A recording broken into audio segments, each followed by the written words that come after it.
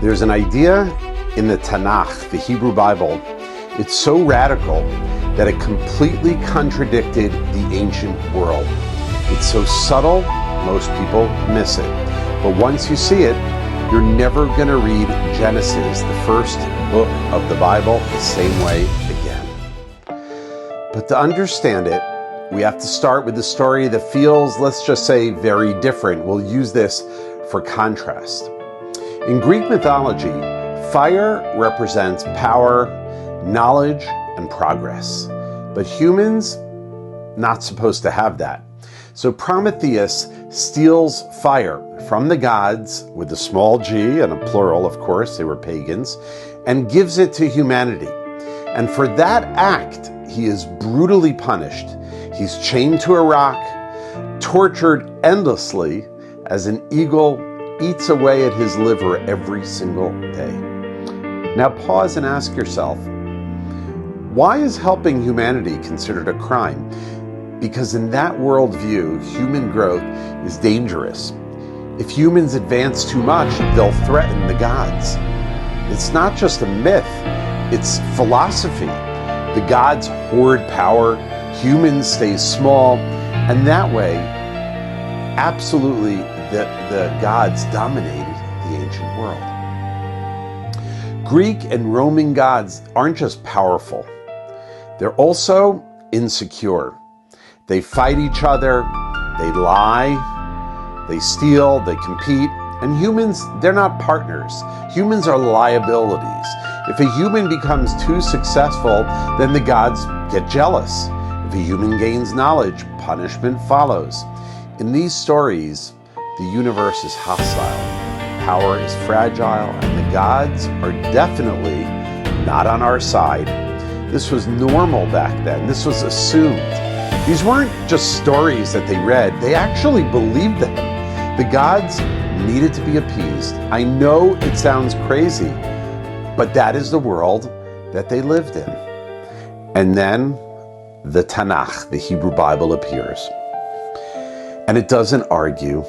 It doesn't attack. It simply tells a different story, a different narrative. The book of Genesis, the beginning of the Hebrew Bible, starts not with divine warfare, no rival gods, no chaotic monsters, just order. Creation unfolds calmly, deliberately, day after day. And again, the text says, and God saw that it was good. That line matters because the world, it's not portrayed as a dangerous place. It's not a trap. It's a gift. Already something is different, but in a very good way. Then comes a moment that's so subtle, it's very easy to overlook. God looks at Adam and he says, it's not good for man to be alone. Just stop there for a second. It's not about sin. It's not about rules. It's not about obedience. That statement, it's about loneliness. God notices a human emotional need before Adam even asks him. No ancient myth talks like this. Here is God, not threatened by humanity, but he's attentive to humanity. Then afterwards, of course, we all know, comes failure. Adam and Eve, they disobey. And yes, of course, we know there are consequences. The Bible doesn't hide that. The Bible expects responsibility. But watch what happens next. After the shame, after the fear, after vulnerability sets in, after facing consequences of not listening to God, what does God do? God clothes them. He makes garments for them. Even after failure, their dignity still matters. Even after their disobedience, the relationship with God remains. He shows them that he still cares about them, despite their disobedience. And that idea did not exist in the ancient world. Let's go back for a second to the idea of fire.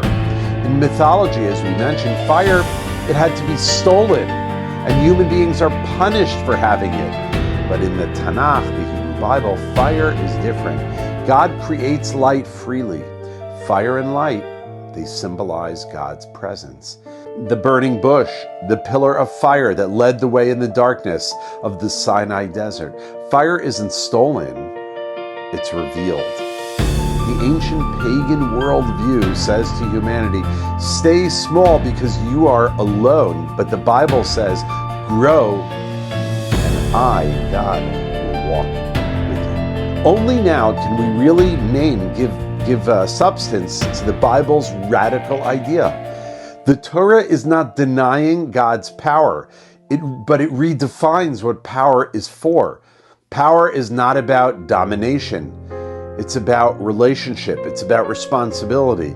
God, the true God, is not threatened by humanity. He invests in humanity. The Bible didn't invent belief in God. It invented something far more dangerous to ancient thinking. That is, God is on your side. He is rooting for us. He wants us to succeed like any parent would of their children. This biblical idea rewrote all of human history. It changed the course of humanity. It's a course that we're still on today, that God believes in us. He is on our side.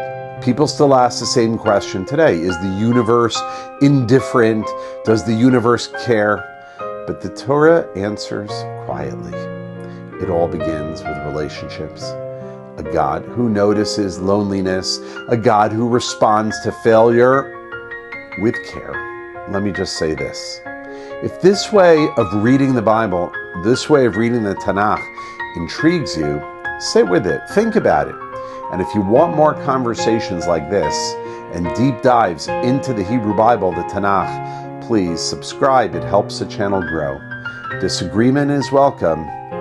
That's how ideas grow.